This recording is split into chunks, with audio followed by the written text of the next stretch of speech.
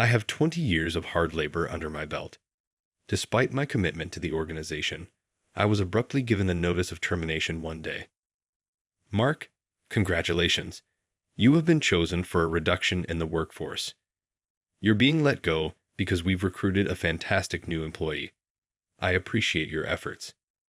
My boss, Avon, made an unexpected statement that left me stunned. It's regrettable, but that's the way things are. You should feel bad about being so stupid and disagreeing with me. That's excellent. He halted talking after I surprised him, but he quickly collected himself and smiled that snarky, cocky smile. You got fired regardless of how strong you sound. Gather your belongings and head off. He left with a big chuckle, but the next day he realized what I had said. Mark Davis is my name. For the past 20 years, I have been employed at Carson Manufacturing, which produces industrial gear. Before I knew it, I was 43 years old, working nonstop and concentrating only on my work. I've been here for a long time, yet I still work as a normal employee and have no role. That's because I wanted to work on the manufacturing floor forever, and I adore fiddling with machinery more than anything else. There were several chances for advancement, but each time I gave an explanation, the promotion was postponed. The setting in which I could freely build machines was more significant to me than the pay. But yesterday, those joyful days came to an abrupt end. I was abruptly issued a notice of termination despite my 20 years of devoted service. In retrospect, Avon's appointment as my manager was the immediate result. Every one of my former managers was a dedicated and honorable guide. When consulted, they would correct my errors and work with other departments to find solutions. Despite being a tiny business, Carson Manufacturing was able to establish a certain amount of industry trust because to this culture. But that changed when the CEO was replaced and his nephew Ivan was transferred here. I won't tolerate the lax atmosphere of this workplace. From now on, every employee must give their all to achieve results, Ivan declared abruptly in his first address. At first, we employees were confused but tried to accept his demands. Needless to say, everyone at the factory had been passionate about machine manufacturing. Without being told, we were already trying our best to get the job done. But Avon, without understanding the situation on the ground, kept demanding higher sales without any concrete instructions. We were constantly reprimanded, and I finally decided to speak directly to him. Avon, everyone is doing their best every day. But if you ask us to improve our performance without specific directions, we don't understand how. If you guys working on the ground don't understand, how should I know? Mr. Carson boasted that you are excellent employees. If you're so talented, you should be able to figure it out without my instructions, Avon replied. No matter how hard I tried to communicate, he was always like this, making conversation impossible. Through persistent discussions, I realized that he was completely inexperienced. It seemed Mr. Carson had called his nephew, who had been drifting from job to job in various industries, to give him a position out of pity. I gave up on expecting concrete instructions from Avon, but he held a grudge against me for embarrassing him in meetings and resented me persistently afterward. I heard you're in your 40s, Mark. In other companies, you'd be considered a mid-level employee. Why are you still a regular employee here?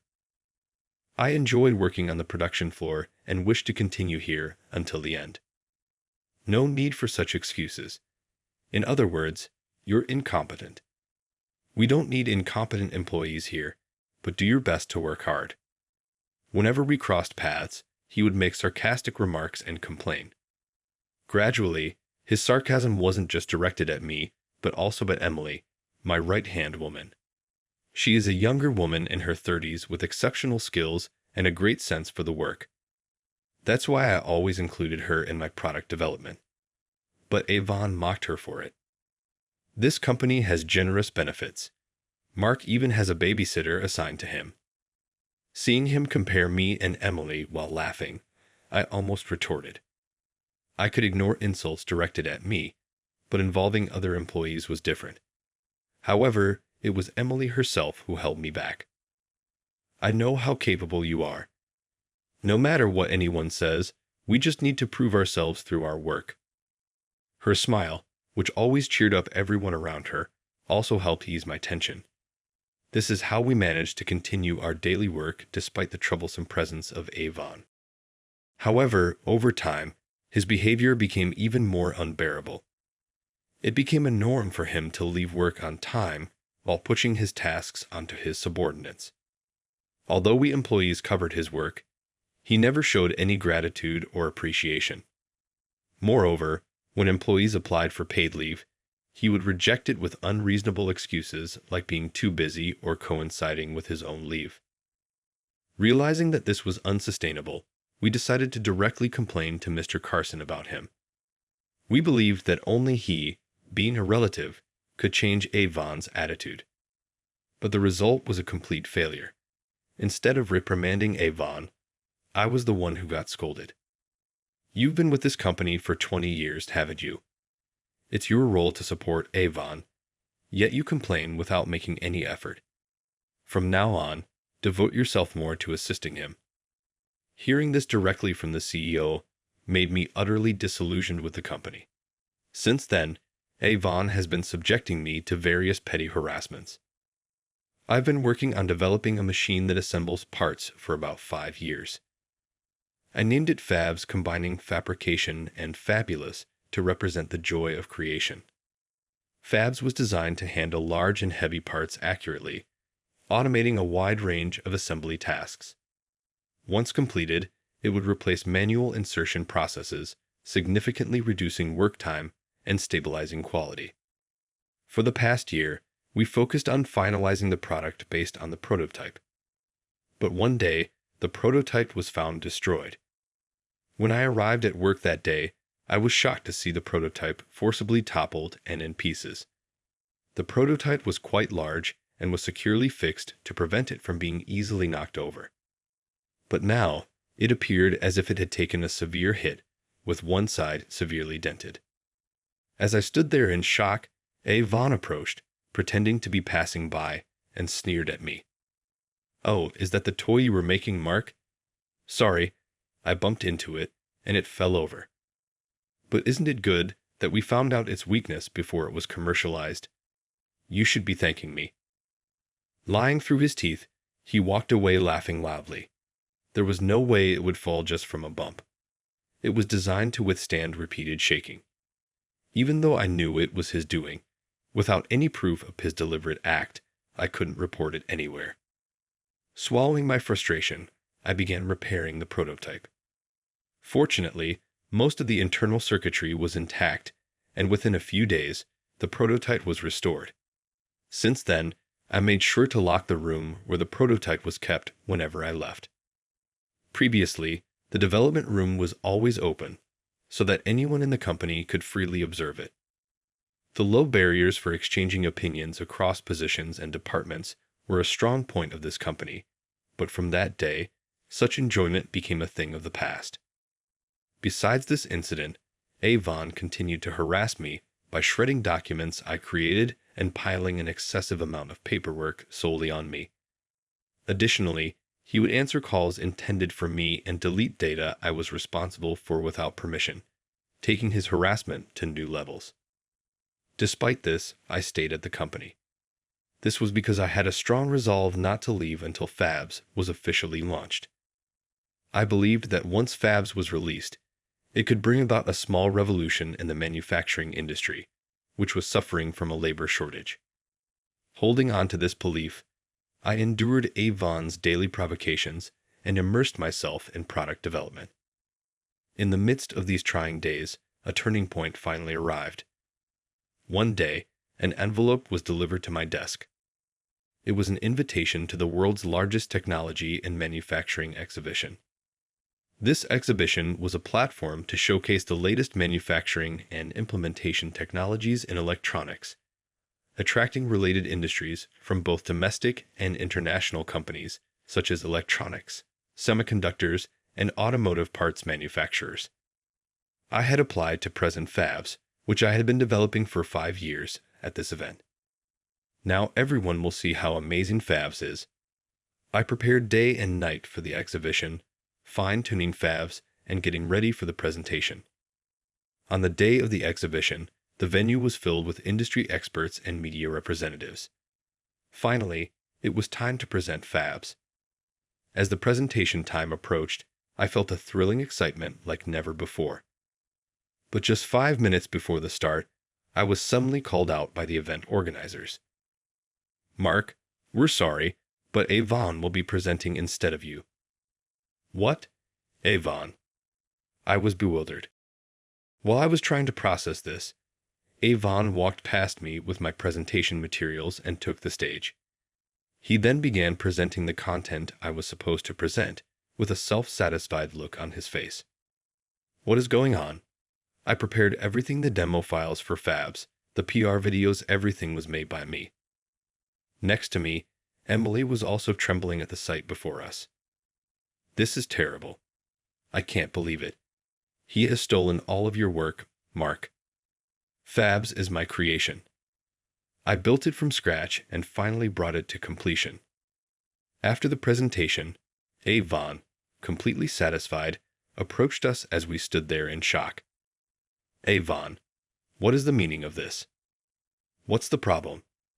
It's obvious it's better for a department head like me to explain than a regular employee like you. Don't you understand that it increases the chances of successful deals?" He retorted, showing no remorse whatsoever. Unable to hold back, I finally let go of my usual resignation and protested. "But Fabs is my invention. You don't even understand the content of the materials you just read, do you? The employee who understands the product should be the one presenting. You just don't get it, do you?" he sneered. "Besides, I got permission from Mr. Carson to present this machine. Are you going to go against his decision?" Seeing the smug look on his face, I realized that arguing further was pointless. He must have been waiting for an opportunity to embarrass me for a long time. When I reacted to him destroying the prototype, he probably figured out that Fabs was the most important thing to me. He had undoubtedly arranged everything in advance with Mr. Carson to take Fabs away from me. But being told it was the CEO's decision, there was nothing more a regular employee like me could do. As I stood there, swallowing my frustration, Avon patted me on the shoulder and walked away with a gleeful look. "Well, since there's nothing more to discuss, I'll take my leave. I have to handle the inquiries and orders for that machine." As expected, Fabs was welcomed with open arms by the industry. Avon had stolen my product and, as a result, gained significant recognition and fame. Seeing Avon and Mr. Carson reveling in their success, I finally made up my mind. The most shocking news came the day after the exhibition. Today, remembering the humiliating events of the previous day, I went to work as usual. However, my desk was completely empty. All the research I had accumulated over the years and the meticulously gathered documents were gone. What is going on here? I don't know. I have no idea. When I came in this morning, it was already like this, Emily said. I asked my other colleagues, but everyone just shook their heads, clueless. After searching the department, we found that everything from my desk had been stuffed into garbage bags and left in a storage room. Who would do something like this? Emily muttered in shock. And everyone thought of the same person at that moment. Mark, what are you doing over there? Avon, grinning smugly, appeared clearly in high spirits. He glanced at me, holding the garbage bags, and snorted derisively. Rummaging through trash early in the morning? You've really hit rock bottom, haven't you? My belongings were thrown away. Do you know anything about it, Avon? Oh, that? It was all unnecessary, so I took care of it last night. You should be thanking me. What? He casually admitted it was his doing, leaving me speechless. As I struggled to find a response, he smiled and dropped a bombshell. Congratulations, Mark. You've been selected for work reduction. We're hiring a top-tier new graduate starting tomorrow, so you're fired. I was stunned by the sudden announcement. He continued, enjoying himself. The new hire is Mr. Carson's son. He's a young, college-educated employee totally different from an eternal regular employee like you. The machine you made fabs or whatever is finished, right? That means you're no longer needed by the company. The new hire will use your desk starting tomorrow, so clear it out and leave today. In other words, you're fired. I've worked diligently for 20 years, and now you're telling me to leave by the end of today. His grin widened even more at my response. That's what I've been saying. A regular employee can't even understand when they're being fired. Listen, Mark, you're fired. It's unfortunate, but that's reality. You should regret the foolishness of opposing me. That's good. He was taken aback and stopped talking. What did you just say? I said, that's good, Avon. Can't you understand my response? This company may be what it is now, but I've been here for 20 years. I was hesitant to submit my resignation, but since you fired me for the company's convenience, it's a different story now. I can leave this company proudly. Hearing my words, Yvonne stood there dumbfounded for a moment, but soon he shook his head, regaining his composure. That nasty, smug grin returned to his face. Is this the howl of a loser? No matter how much you pretend to be tough, you're still fired. Pack your things and leave. I will. And by the way, I'll be taking all the unpaid vacation days I've accrued. For a lowly employee, you sure know how to use your head. Take as many days off as you want. With that, he laughed loudly and walked away. I gathered my necessary belongings and left the company. After 20 years of commuting every day, rain or shine, it ended rather abruptly. Thinking about this, I slept in late the next day, forgetting all my past fatigue. But when I woke up and saw my phone screen by my pillow, I blinked in surprise. What is with all these missed calls? There were dozens of missed calls from the workplace I had just left. They must have been calling nonstop since the start of the workday. As I sighed at the long list of missed calls, another call came in. I was tempted to ignore it, but the constant ringing was draining the battery, and it was annoying. I realized that if the calls continued like this, I wouldn't be able to use my phone properly, so reluctantly, I decided to answer. Hello, this is Mark. Finally. How long were you going to keep me waiting? The workplace is in chaos. Get here immediately. The person yelling was, of course, Avon.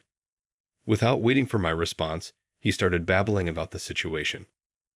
According to him, when he arrived at work this morning, there were no employees present.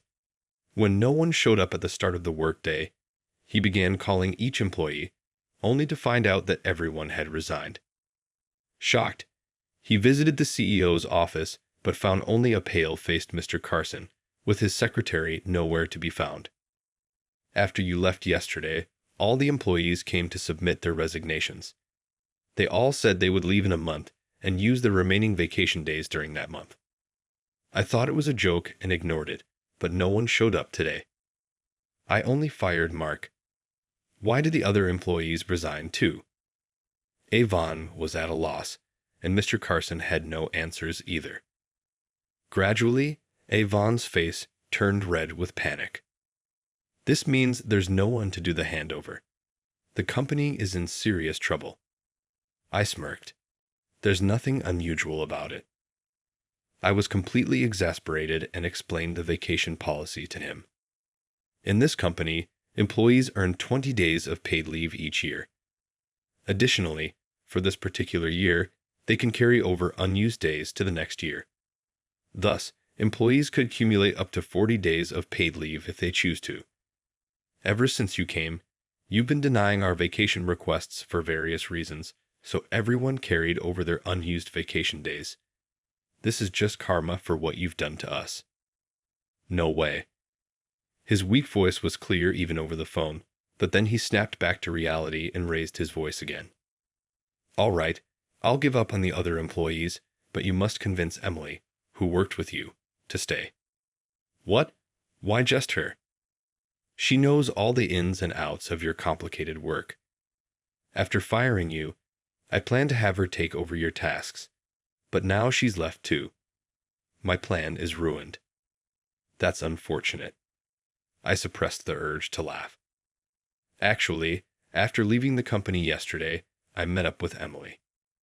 I submitted my resignation to Mr. Carson as well, she said, smiling brightly as she followed me out. Are you sure about this? Absolutely. A company that makes such poor decisions isn't worth staying at. When I told him I was resigning, he mocked me, saying they wouldn't miss 1 or 2 employees like me. She started laughing heartily. Mr. Carson and Avon are going to be in for a shock tomorrow. It's not just 1 or 2 employees, the entire staff is quitting. I wish I could see Avon's face when he finds out. Yes, this mass resignation was our plan all along. Everyone had been fed up with Avon's antics and Mr. Carson's failure to stop him. We had been planning to leave the company, and the incident with Avon hijacking my presentation at the exhibition was the final straw. After that, Emily and I joined our other resigned colleagues and celebrated with some delicious drinks. As I recalled the events of yesterday, I heard Avon's weak voice on the phone. If it comes to this, even you will do. Come to the office immediately. The phones have been ringing non-stop with inquiries, and we can't keep up. I was fired by you, Avon. I can't come to your company. I clearly refused and ended the call. As I hung up, I could still hear his pleading voice, but I had no more ties to that company. Avon continued to call me intermittently. However, I never answered, and the calls gradually decreased, eventually stopping completely after a week. He must have been too busy dealing with the company to keep calling me. I enjoyed my newfound peaceful life for a while. Later, I heard that the company went through a tough time. Even when they received inquiries, only Avon and Mr. Carson were there to handle them, which led to many misunderstandings. Eventually, a defect was found in the fabs presented at the exhibition, and the company received numerous complaints. Without me, who had developed it, Avon was at a loss. He couldn't answer questions about repair schedules or future prospects, angering the clients. Meanwhile, I continued to walk my usual commute route. As I passed my former company, Avon spotted me and rushed over, sweating profusely. You're finally here. I knew you would come, Mark. Now fix that fabs machine. The clients are furious. Half crying, he clung to me, but I shook off his hand nonchalantly. You must be mistaken. I was fired from Carson Manufacturing. Then why are you here? I'm on my way to my new company. From now on, I'll be working at Davis Engineering, my new startup. Avon was stunned, his eyes wide, and he turned pale, collapsing to the ground. He tried to say something, but I ignored him and headed to my new office across from Carson Manufacturing. I had always wanted to have my own company, a place where I could freely create machines. A dream come true. And with like-minded colleagues, I wanted to create products that could compete globally. As I shared my vision, my co-workers supported my plan. What started as a dream became more serious as Avon worsened the work environment. We gradually prepared for the startup, and I had intended to stay at Carson Manufacturing until the launch of fabs out of loyalty. But the betrayal at the exhibition by Avon and Mr. Carson sealed my decision to leave. In my new office, I looked out the shiny windows. Inside, the data Avon presented at the exhibition included bugs from before the revisions. I had the correct data and fixed parts ready for the real presentation. If he had apologized, I might have given him the revised data, but that's impossible now. I turned to see Emily standing there with a cup of coffee. Behind me, my former colleagues were smiling warmly. Everyone who had submitted their resignations had joined my new company. I looked around at the familiar faces, all reliable friends. Let's work together and give it our all. I look forward to working with you. Encouraged by my words, my colleagues responded with bright, beaming smiles. After that, we worked together to develop the improved version of fabs. We addressed the previous issues and launched the final product online. The response was overwhelmingly positive. Seeing this, Avon reportedly collapsed to the floor in despair, saying, "This is the end for our company." Just as he predicted, the old company stopped receiving new orders. Everyone preferred the improved version from my new company. Nobody wanted to buy the problematic old product. Avon only received repair requests, but he couldn't handle them, and was soon swamped with refund demands. Shortly after, the company went bankrupt. The elite newcomer, Mr. Carson's son, had long since fled and was working in an unrelated company. Meanwhile, Mr. Carson and Avon ended up with massive debts and eventually filed for bankruptcy. After that, they tried to find new jobs, but Avon, having never worked properly, was not hired anywhere for long. The other day, Emily confided in me with a serious expression. Actually, the other day, I saw a soup kitchen in a park in the neighboring city for people in need. Among them, I think I saw someone who looked a lot like Mr. Carson and Avon.